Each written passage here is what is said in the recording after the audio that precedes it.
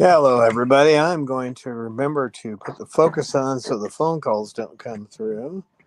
I'll probably forget to turn it off, but there we go.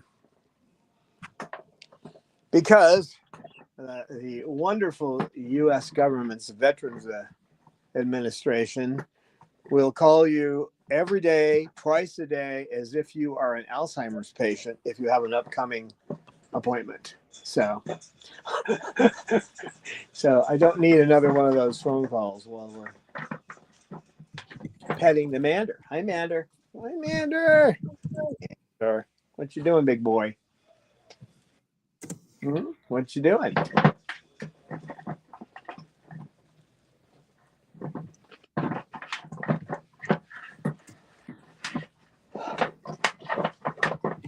Now we already have a bucket boy too. I gotta switch the camera here. That's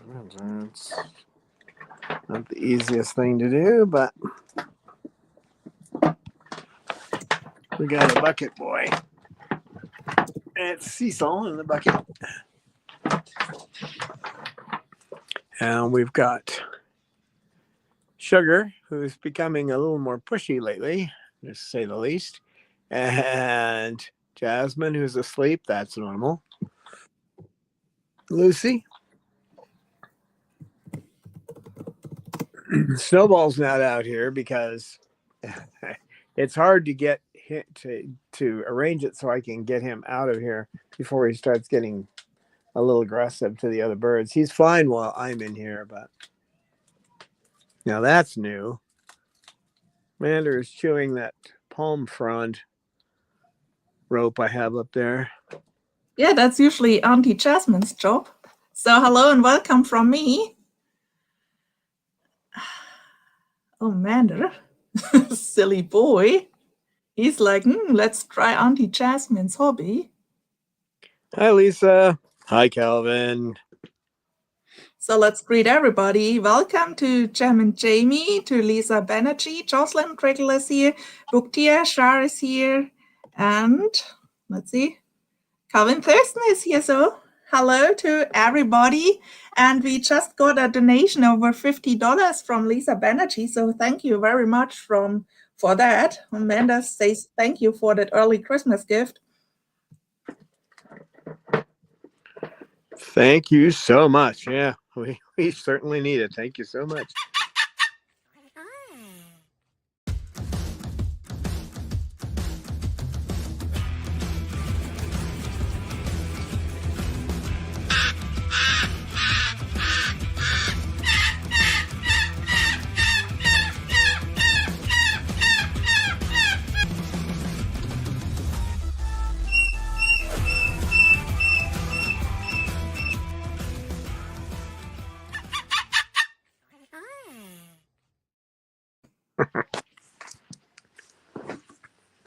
Yep, every time you turn around, there's something else you got to get for these guys. I just had to order some more of this rope in here because someone is fraying the ends over there.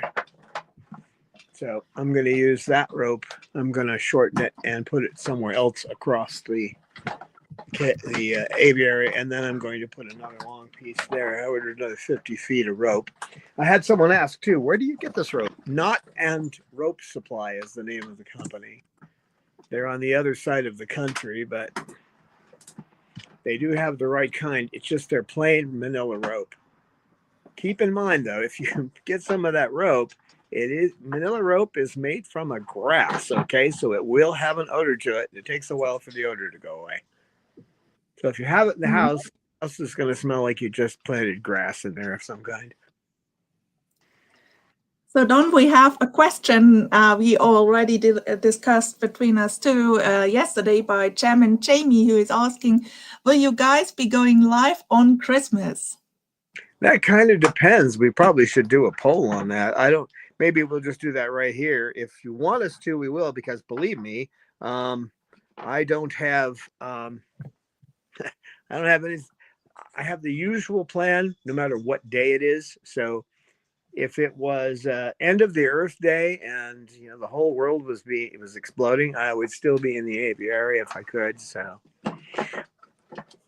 that's kind of up to our viewers whether they want to do that. So you can point out your opinion in the chat if you like to, and then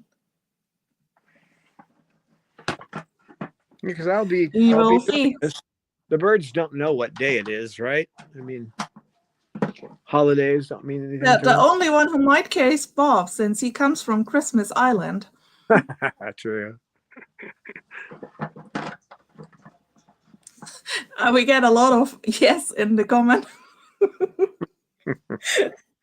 So I think people would join us. So, Amanda. Yeah. Okay. Well, we'll do it then. No problemo. Because as I say, I'm going to be taking care of the birds. Should we do it? Yeah, we can make a little Christmas celebration with the birds. What do you think, Mander? Should we do it, Mander? We try to put the Santa hat on Mander. No, that gives us a Christmas massacre. Better not, right? Oh. Maybe Don can wear a Santa hat. Probably not around Mander, huh? Oh no, Mander would have me. That would be the end of my life if I tried to wear any hat around these guys. Especially Mander. He gets a crazed look in his face, and then you've got about 10 seconds to save your life. Oh, you are such a silly Barbie. He really goes into an alternate world of personality there. Don't you, boy? And but we're happy to have you out here today, Mander. Yeah, he came right up. Yesterday he refused. Yeah, yesterday. But yesterday Shuggy was unusual rowdy, so maybe he sensed that and stayed inside. He just has his days, and I give him the choice, but it was the second try today. I talked to him and he just kind of sat on the perch. I came back and then he started, I just used her really, I went, you want to go outside? And we'll talk to him like that. And then he started bouncing back and forth. Let's go. Right, Mander? Hmm? Now, just so you know his language, I've messed with it in the videos, but when he shakes his head from side to side, which we would usually do if we're saying no, that's his yes. And when his head goes up and down, that's his no. So he has them reversed, and there's no way to change that. If he doesn't want to do something, he will shake his head up and down. Bob's the same way, though. That's funny. Bob does the head up and down when I tell him to stop something. If he does that, that means he's ignoring me. He's going to do what he wants. So that's bird logic. Yeah. I don't know. That's 2 birds out of 12 that do that. So I don't know what to say.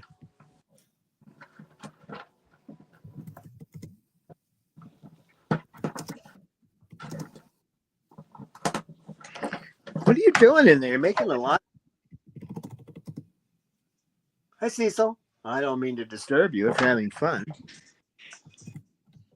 Like, why did he point that at me? Yeah, the reason the topic today is on, training is because I've got a good friend who's writing a book, which I'm going to be getting the proof on soon, who was just casually saying to me that she didn't think that training was really necessary for parrots. And now this is probably just something that she was thinking at the moment, because in the long run she's been pro training. But so there's good reason to train, and not just the fact that when you're training them, you form a bond between you and the bird learns to respond to you. You're teaching the bird to make good choices, okay? If I hadn't been training Cecil, he would still be biting my arm. Okay. When I say training, is I'm helping him make a choice between nipping at me and touching me with his foot. Now, I didn't know what was going to be the final trigger. You know, it kind of depended on his behavior, scan and capture, we call that. So what I did is I caught him coming up to me and he put his foot on me. So when he did that, I immediately petted him and told him, you know, good boy. So every time he would touch me with his foot, I would do that. So now he doesn't nip at me at all. He just touches me with a foot about 800 times. That's an exaggeration, but he knows he has control over me to some degree. That's control in his world, right? So giving them that kind of control is what it's all about. Training is not about turning them into a robot that does what you want. Okay. There are times when Bob will in the morning, it's just Bob, because he wants peanut butter on a stick. I just give him a little bit of peanut butter. Well, he'll go on like that. So if he starts doing that, then I start saying kisses. And if he doesn't give me kisses, he doesn't get it. So I make him work a little, and it also slows down the amount that he will do that. It's just sometimes he's just wants the attention is what it comes down to. So he gets some of that attention by doing the kisses because I praise him for it, and then he gets a little bit of peanut butter. But training isn't just, and both are important, isn't just teaching them to step up, to open their wings for examination, to open their beaks so you can look down their throat, which is what you need to do with the vet. And if you don't train your bird to do that, when you take them into the vet, they're going to learn to hate the vet. So it's not really hate, but they'll have an aversion to going to the vet because there's a whole bunch of behaviors that are being done to them that they're not prepared for. So you have the preparations training, and it helps them survive going to the vet, and helps you do your daily checks on their health.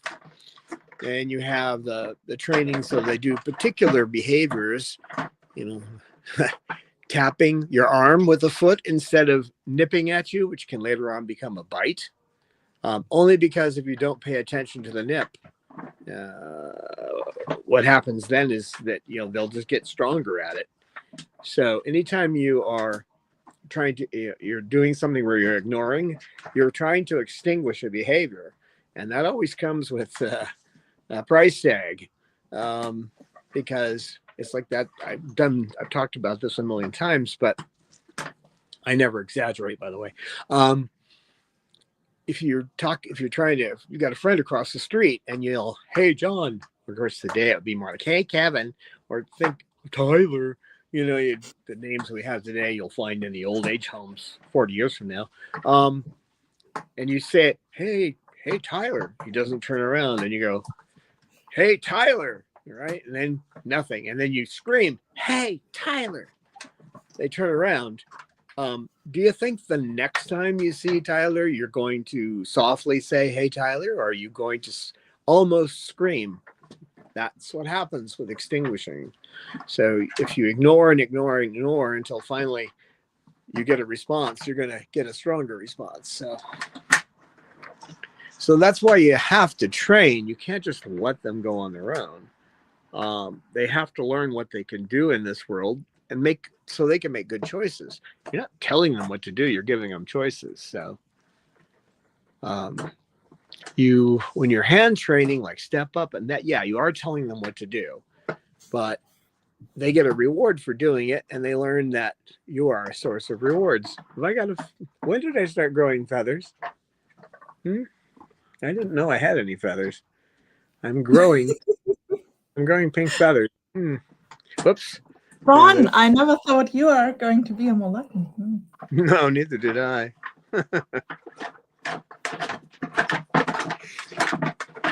Yeah, so the training where you're adjusting behavior to the environment is important for them, because if they start biting you, most people will just stop taking them out of the cage, or they'll be afraid of them. That's not the right response. The right response is to find out what they're trying to do, where their focus is, what they're trying to get by that behavior. And sometimes that's not easy. But once you find out what the point of the behavior is, then you can give them a choice, and the rewards are going to be on that side. And they make that choice themselves. Back when I was a kid, everything was, you command the dog to do this. Well, that's all gone by the wayside. It's a good thing Bob's not out here. A loud vehicle goes by and he starts screaming. I probably should have Bob out here. I don't know why I didn't bring him out. All right, we're going to do a little trip. I'm going to go get Bob. Yeah, let's do a field trip to get Bob and hope Sugar does not round up the whole crew outside while you're in. While we're going to get Bob, I'll show you the modification I made to the aviary. That little bar across there is a heavy-duty magnet. It's a rare earth magnet. So if I need to get the birds out and I want the door to stay open, I can do that. I just epoxied that on there. Oh, here we are in the lovely desert. Yes, I know I'm leaving. You don't like it. Bob's like, why did you forget to take me out? Babaloo. Bob. Uh-oh. Someone doesn't have a movie here. Bear with me. Hey, Bob. You guys can watch The Guard. That's a good movie. Come on, Bob. So maybe we can show Cecil to Lisa Banerjee for a moment. Hi, Bob. Cecil's outside. Oh, Cecil's outside. Sorry, Lisa. Oh my gosh. I thought Cecil is inside because yesterday it was other way around. Cecil inside and Laura. Hi, Lorelei. In here. You are in. Didn't know that. I've got to get him a bigger cage. I don't know how I'm going to do that, but he needs a bigger cage. Hi, Pip. There's Pip. There's Snowball. Later. And the Romeo. Mr. Romeo. Sweetheart. There's Cause. So we get a lot of responses. Carwin is super happy to have Babaloo finally outside. Falcon Sue says so much for peace and quiet, lol. Yeah, well, that's peace and quiet. That is not Babaloo's thing. Okay, and then I go to look for Cecil when we're back outside because I really thought Cecil is not out. Probably sitting in his bucket and chuckling about me. Come on, Beavis. Oops. No. We're not doing that. What are you trying to do? Climb on the outside of the aviary. That doesn't work.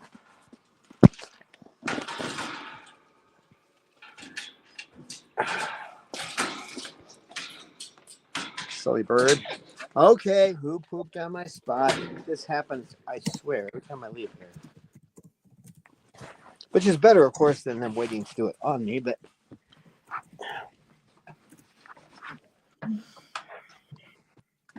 There we go. Now we got a Bob. Hey, Bob. Now, it works both ways on the training, too. I think Bob has trained me to when he'll go over and start yelling because I will pick him up and put him on my lap. So finally, we have a little bit Triton action. Hi, Bob. Sweetheart. Bob. So, and now once again, where is Cecil? He's in a bucket, right? There he is. He's not so too far. busy. Put the camera over him, though. Oh. But I can. At least we had one peek, Lisa. All right, Cecil. Whoops. I'm sorry. You okay? It's all right. It's all right. Oh, Cecil, here. Want another piece of wood? Hey, baby. Sweetie pie. That look is, why are you? Where's Bob going? He's just playing. Oh, just hanging around. Yep. You want me to stop staring at you? Cecil, I love you. Oh, Bob, you have a toy.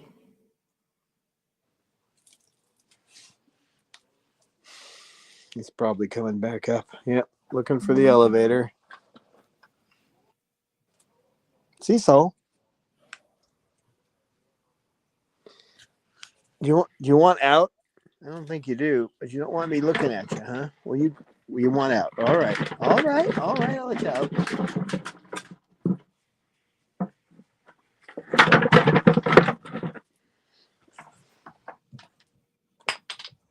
Maybe he doesn't want out.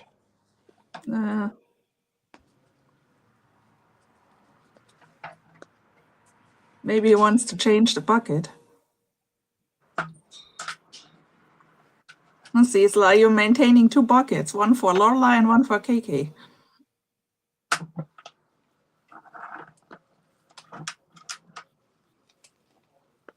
What are you doing? It's fun, even Bob is watching.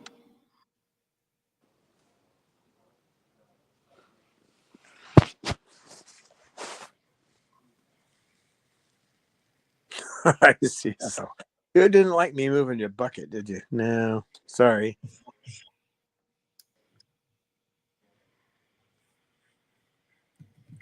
Sorry.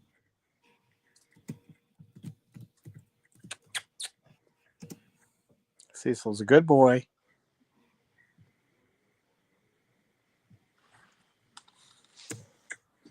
Hey, Bob. Hello, Bob.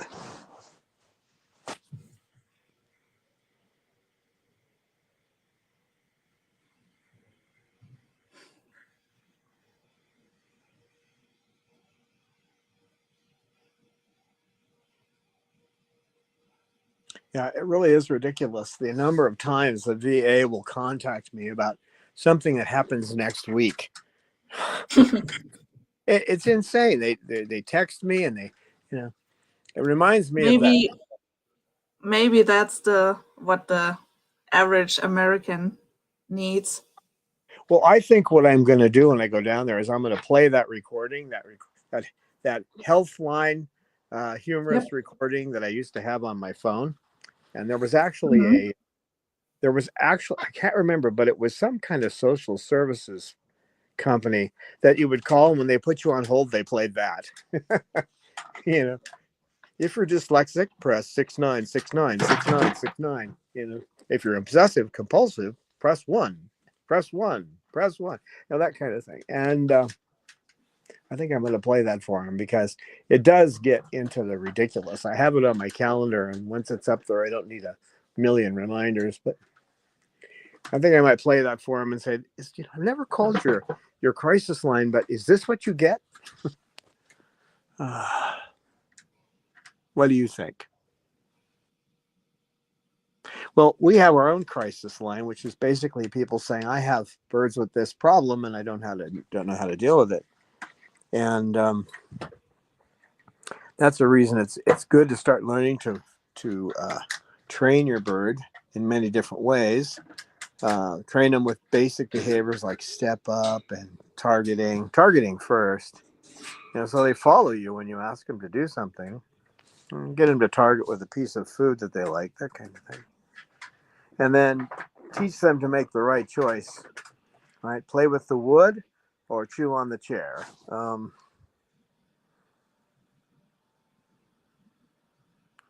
You try to find something that fills that need because you aren't going to take it away. If you think you're going to stop them from chewing on wood, I have some swampland to sell you here in the desert. Oh, you didn't like that piece of wood? It's got to come out. Are we redecorating our nest?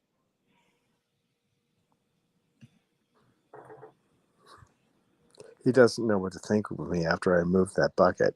That's that look he gets when he's not sure about you. I didn't mean to Cecil, disturb you. sweetheart. I didn't mean to disturb you that way. Are you okay? Yeah, but you wanted to see the Cecil.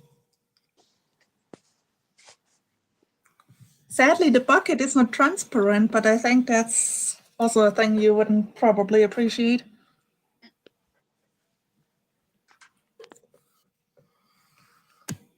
What are you doing? No, you can't eat my shoe.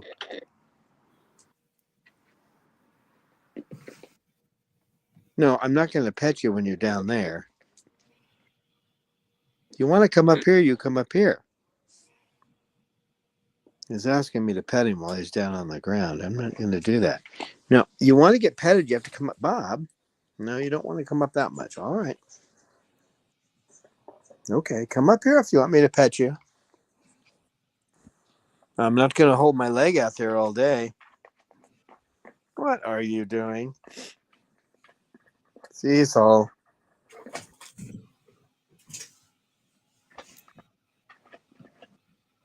I have Having no. you dressed up and doing things with the feet, tapping on your leg. Now Bob comes. Foot This is on. not a permanent position, guys. I'm not going to hold my leg up all day, okay?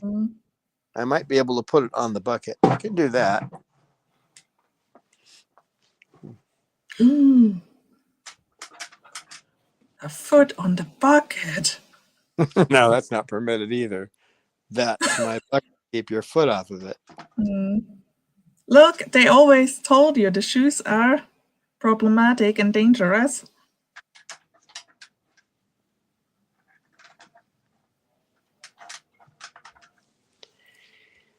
There's something alien.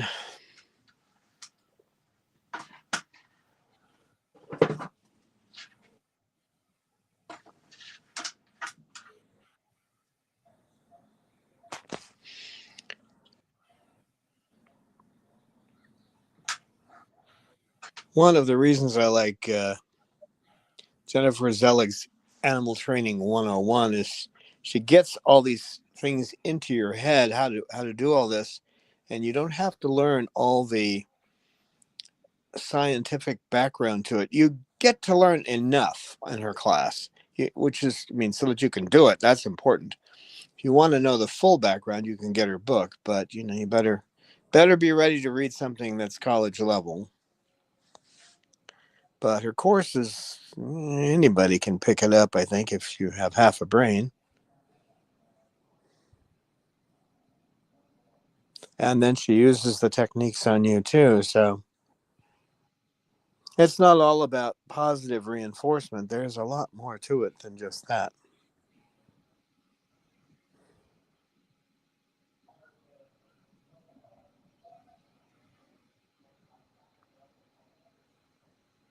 So when this friend of mine who's just about done writing her book, she's already been commissioned to write it. I mean, it's not like she's just doing it off the cuff. She's producing this book for a publishing company. And when she made that comment, I just explained about, I said, it's operant conditioning. Again, this is not everybody who works with birds has taken any classes in it. And operant conditioning means an operant is the agent, the thing that does something. Okay. So what you're doing is conditioning the agent to make a good choice, right?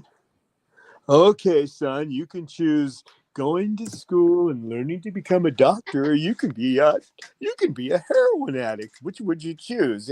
I mean, you're taking the bad choice and making it obvious, and then you're making a choice that's good for them, and you're helping them to choose it. So, but you're not telling them what to do. I mean, that doesn't work.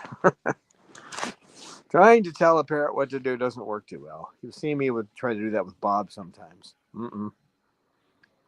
I have to give him options or put him in a new environment, which is taking him off when he's hanging on the bars screaming, I take him off there. But I think part of that is his plan as well. It's like the lady who had with the stop that with the military macaw who said that she had trained the macaw because the macaw liked her to grab its beak and scream. Shake the beak and scream. The bird loved it. So the bird would come over to look like it was going to bite her feet, and then she would do that. And she said, "See, I've trained the bird not to bite my feet." And I'm thinking to myself, yeah, the bird trained you to shake its beak. But it was mutual training. They worked out a deal. And really, that's kind of how it works. When you get good at training, you're working out deals with the parrot. Right, Cecil? What's our deal? You touch me with your foot and I pet you? That's the deal? So let's say welcome to Rosebud Atkin, who just joined us. Hi, Rosebud.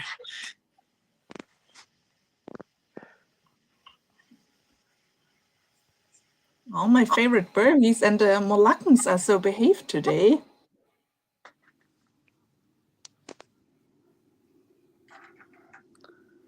I can't keep my foot up and you won't let me put it on the bucket. So what do you want me to do, Cecil?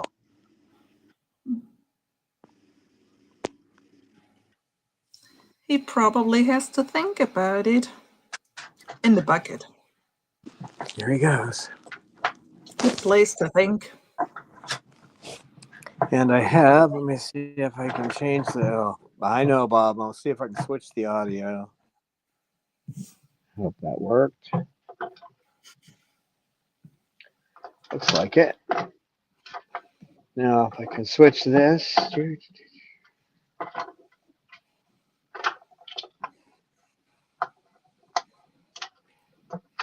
Hi, Bob. What a sweet shoulder, Bob. Yep. That's other than the question, do they bite? Do they type? See, the two big questions you get are, do they talk and do they bite? But the other one is, the comment you get is, well, I wouldn't have one on my shoulder. Right, Bob? Will you quit trying to eat my shoe? I think you have a much better chance of having your shoe bitten than you do your face. But now you're going to switch, so I have to switch the camera. That's typical.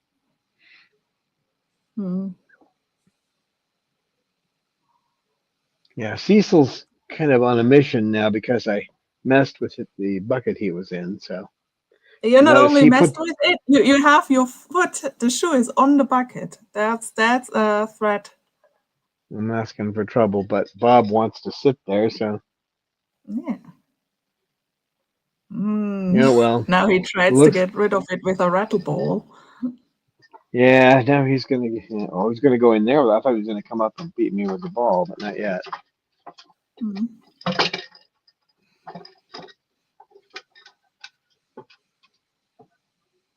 I think most of the techniques in working with training you could learn in a day. The problem is that without the grounding in why they work, most people give up. And you try one of the techniques and you give up. It takes more of an ability to keep trying, or to be able to flow from one technique to another when necessary. That's where the extra study comes in. So, and unlike there are people who say, "Well, I've worked with birds for years, and I know this." And no, don't buy that.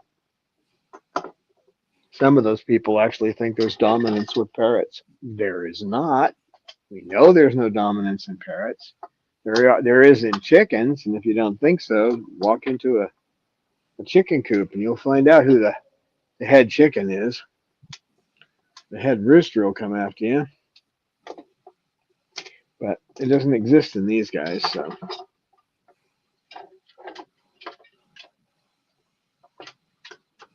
So it does take a little bit of actual training and behavior to work with them, right? When you start having problems. Otherwise, you'd still be biting me, right?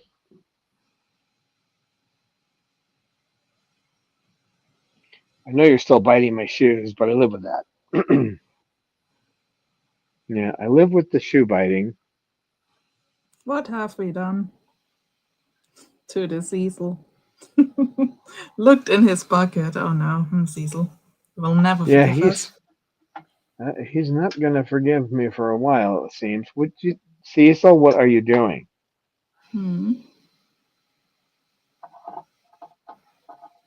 Did I break the Cecil? I broke the Cecil. I don't think so. And I still have my foot on the bucket. I know. Yeah, I think that's one of the main reasons we are in trouble right now. I think Babalu just loves it that you try to make some trouble. He's like, yeah, finally you got it. Wake up the inner Triton in you.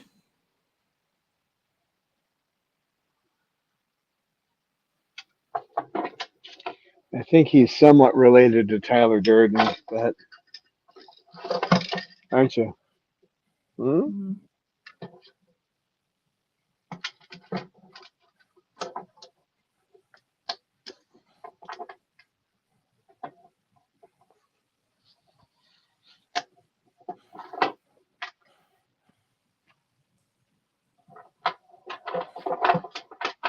What are you doing down there? Hmm?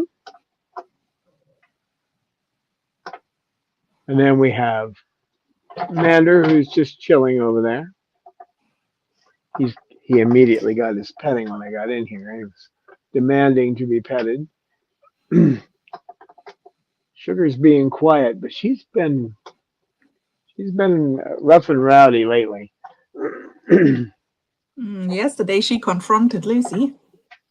Yeah, she's. I can't think of the name. There was a woman in the Wild West who had a reputation. This is what she's starting to act like. Maybe that's why, because you moved to Nevada, she becomes now some kind of Western lady. Yeah, I can't. Maybe we need to rename Sugar's Wine Bar and Sugar's Saloon. Yeah, maybe so. Lucy's not happy with what happens at the end. And if she's out here and Snowball is still, if I take someone else, the Snowball's still in here, she gets nervous. If Sugar's out, she gets nervous.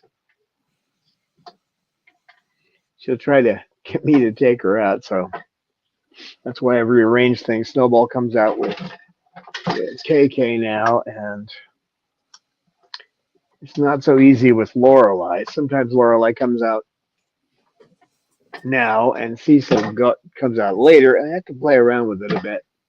I like to get them all in the same aviary, but without Peaches in here, that's hard to do. Wake up over there. Is that Auntie Jasmine in the corner? She knew I was talking about her. She opened her eyes when I said, wake up. Hi, Jazz. I put out more of those palm frond ropes for you.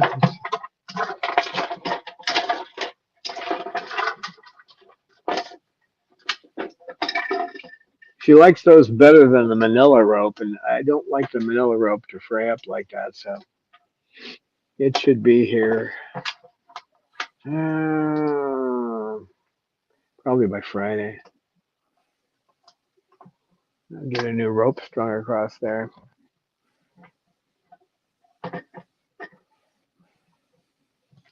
Cecil's having a good old time in there. Maybe it calms down. Bob's on the shoulder. Bob's a good shoulder bird today.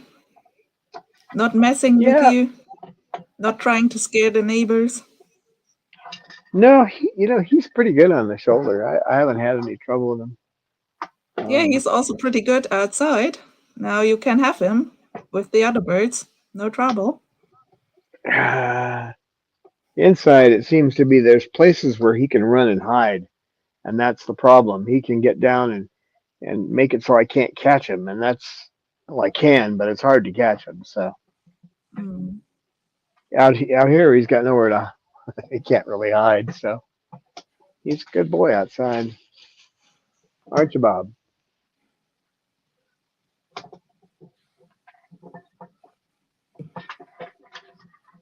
Well, Bob, since everybody else is, except for Cecil's, kind of taking it easy, I'll see if I can switch the camera. See, Bob's a good shoulder bird.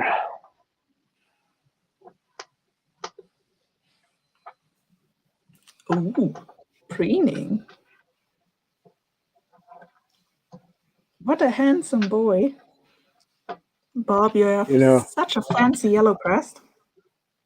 KK's former caretaker, who unfortunately passed away, Michael. Michael was saying he couldn't trust KK on his shoulder. I have KK on my shoulder all the time, but I said, "Well, what are you afraid of?" He said, "Well, he might bite my face." And I said, "I've seen your face. He could probably use a few scars." Um,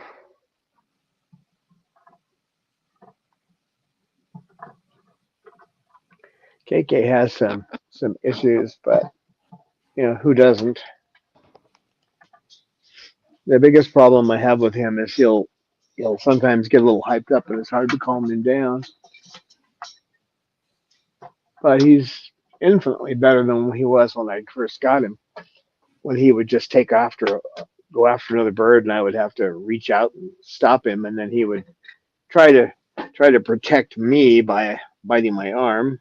You had to move, didn't you, Bob? Now I got to change the camera again. What? Let's put it on telephoto. What, Bob? Oh, he's looking outside now. Lucy? Luce. Come on, you can move your eye more than that. Lucy. Hi, baby. Ander? Yep. Looks like we have a static picture now. Mm. Even with Babaloo. Mm. Oh no, he's beckoing.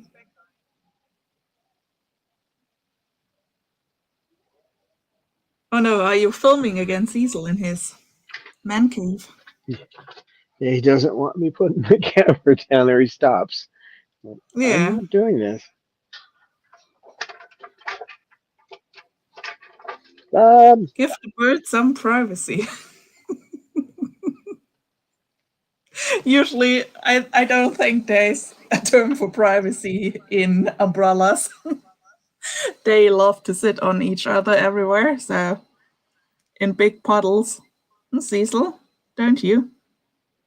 You like to fusion with KK. Then we have Kazel. Yesterday we had actually Shookmen. Both tried to be preened the same time by Lorelei, so they seem to fusion.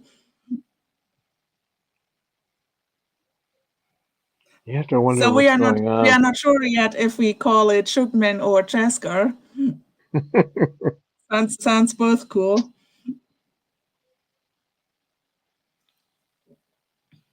What are you doing down there? I see your foot. I see it. Mm-hmm. So, what do you want? You want me to pet you down there? That's asking a lot, It's asking a lot. Well, it is. Where's that foot? Where's that foot?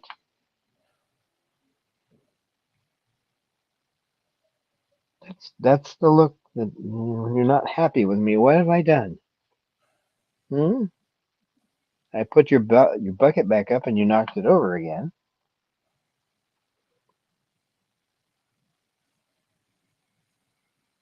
Seesaw. Seesaw.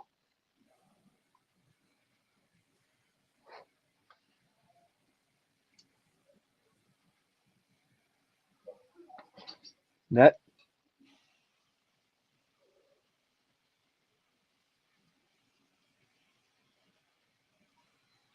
you know what's going to happen. I mean, they're all pretty quiet now. As soon as we're done with this, they'll go off and get crazy. Mm.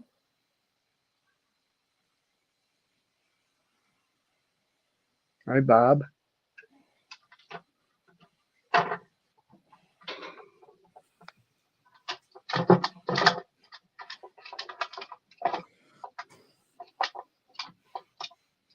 So just like a little quick review of what I did with Cecil.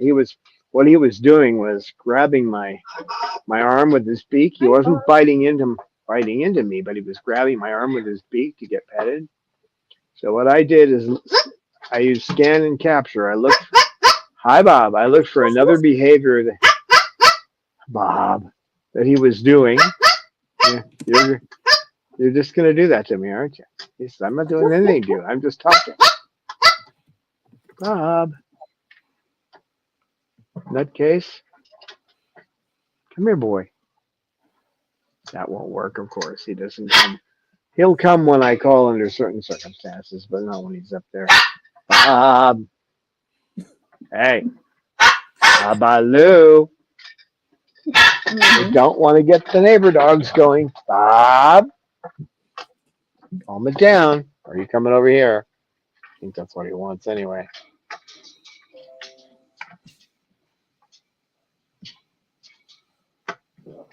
So I just looked for another behavior, and then when he took his foot and scraped across me, I petted him. So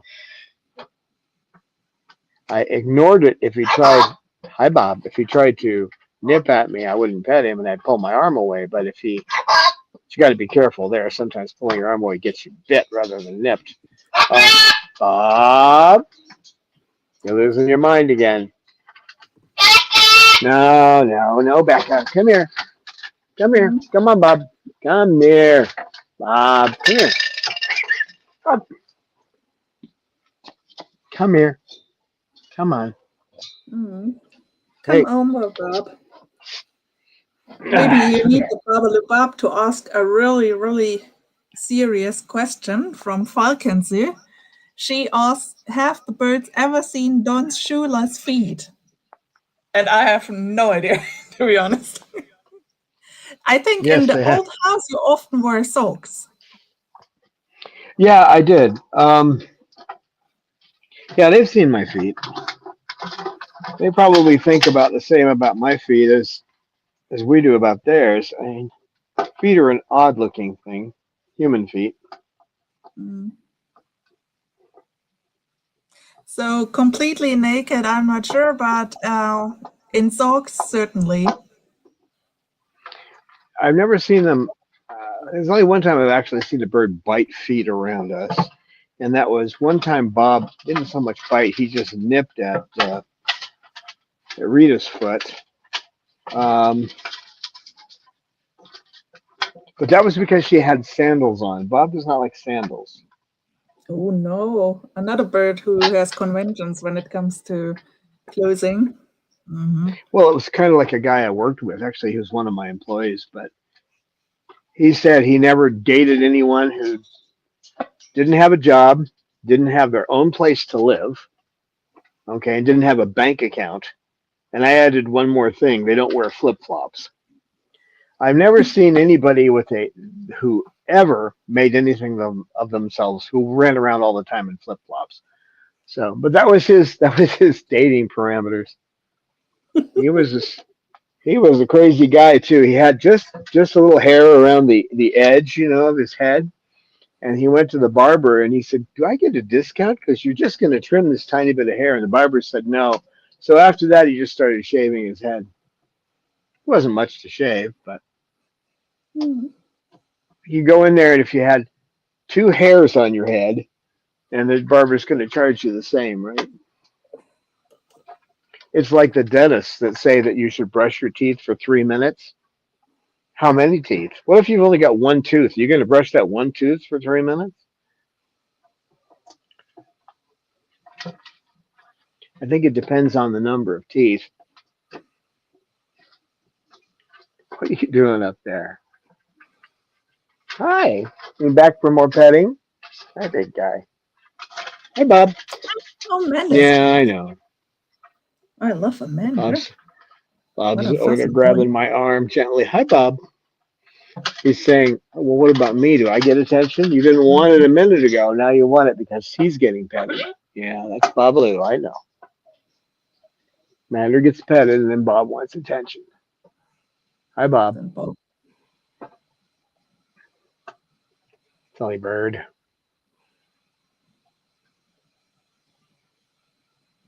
He actually is anything but silly. He's got his own. He's got his own modus operandi. Well, who are you Oh, yelling he's still goodbye at? buying us. Oh, Bob, the stream is. We still have 10 minutes. Not that time, Bob. Bob, no. It's not Bob. time by buying the viewer yet. Babaloo, what are you doing? Or as you would say, what you doing? That's his phrase. What you doing? Bob, what you doing?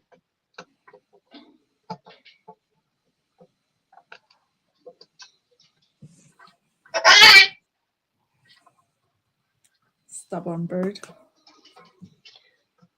I honestly don't know why he says goodbye out there. It doesn't. He says it to people when they leave, but why he says goodbye out here, I don't get. Becca's not out there.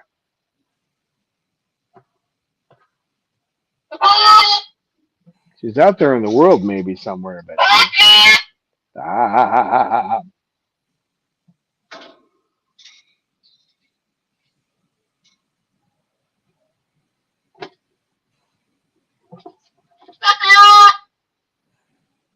Becca,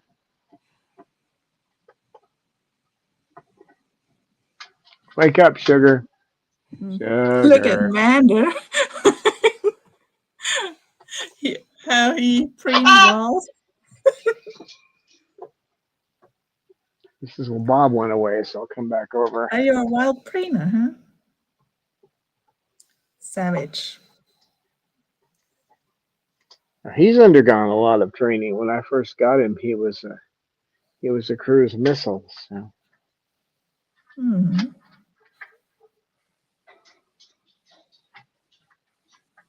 He was a Mander missile.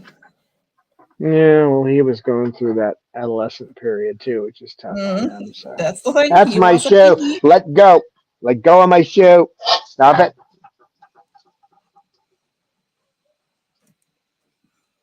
That's the thing. When birds become teenager, they are, something else. Probably human teenagers look like saints next to them. I don't know. I think I'd rather have a teenage or an adolescent cockatoo than a teenager.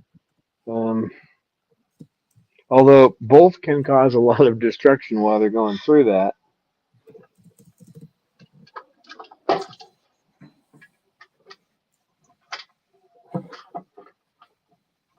But the And odds are the odds are with the cockatoo you won't be having to go to court, or going to pick them up to I think jail. Miss Sugar has turned around. Yep. Hi, I Sugar. should. No, she's chewing on the toy. She's got some chewing up some wood. And Jasmine is actually, she has started to play. Yep, it's about that time. Yeah, time to wake up.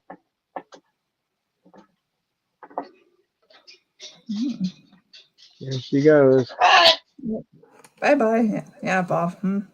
5 more minutes. Calm down a bit. Bob. Becca. Becca. Becca. Becca. Look. Becca. Goodbye.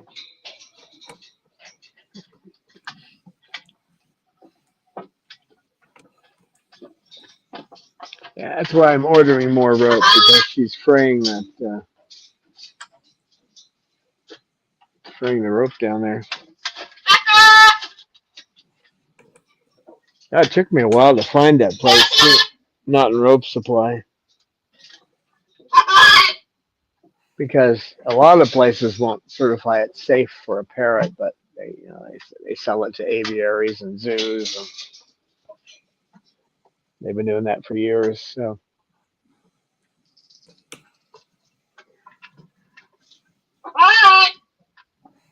goodbye, Bob. Gonna go inside? Look, No, I'm not going to put you in there. You're okay. He does know what inside means, so I never threaten him with that, though. I will say it to him, but I don't threaten him with it. I will say you are going inside, but I don't with a certain tone of voice, but I don't threaten him with it. That kind of negative reinforcement doesn't work with him.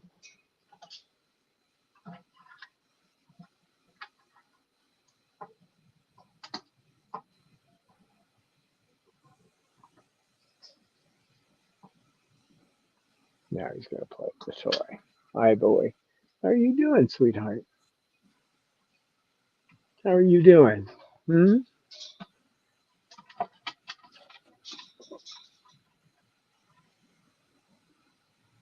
Oh man, there couldn't be any cuter.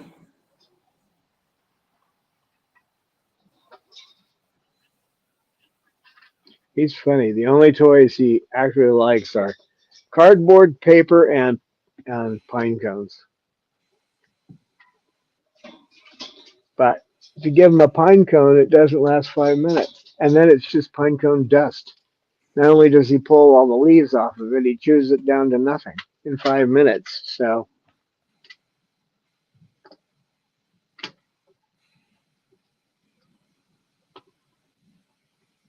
where I buy pine cones, they're 100 pine cones are $127 delivered. So we have a question by Lisa. Don, who is Becca? It's so cute. And does Becca see him still? Thank you. Yeah, Becca was somebody at the animal hospital where he was, someone who actually paid him attention. Did I say the B word? I did. She actually paid attention. She actually liked him. But she said she. Thank you, Bob. I didn't really want you to poop on me. Um, Hold on a second while I get the poop off my shoulder here.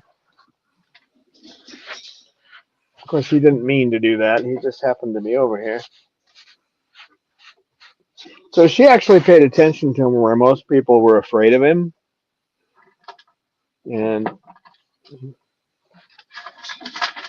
she wasn't afraid of him. She said she would have taken him if she knew she had the time, but she was also, young enough and smart enough to realize that, you get older, you want to have kids or something, and the next thing you know, you're looking for a place to put a bird, and Bob wouldn't handle that well.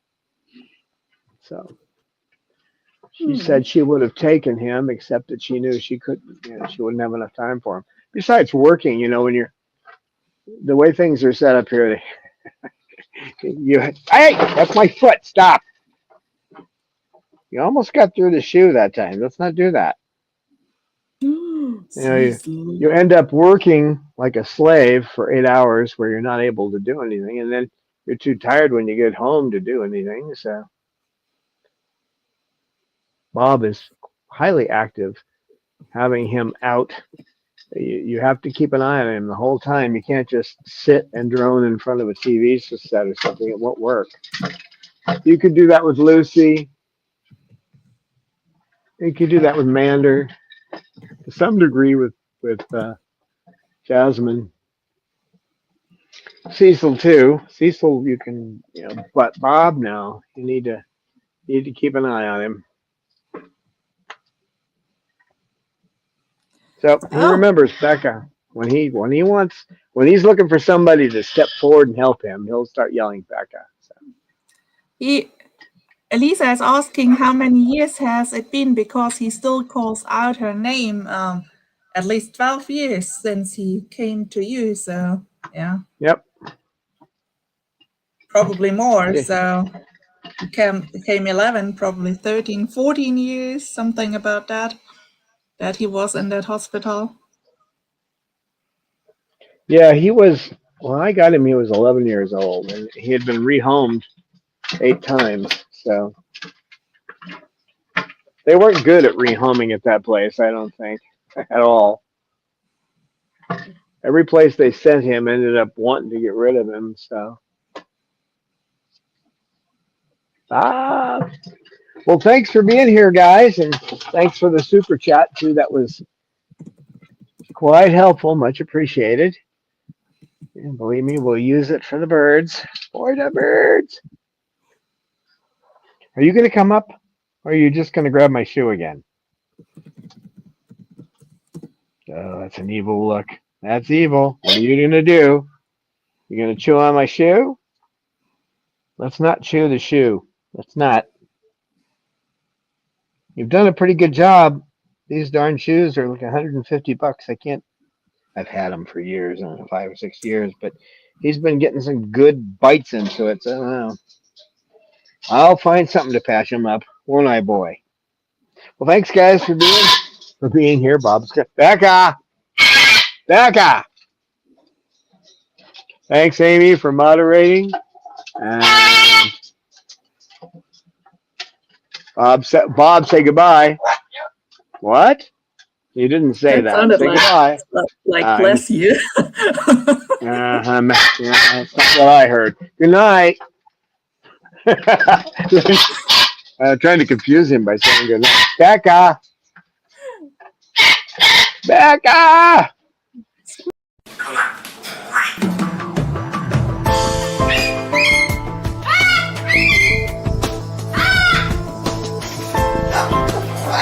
Science knowledge only adds to the excitement, the mystery, and the awe of a flower.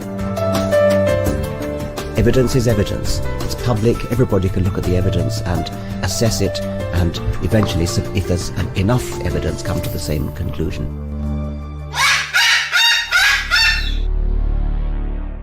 The Chloe Sanctuary for Parrots and Cockatoos, a nonprofit charity dedicated to the empowerment of captive parrots and public awareness.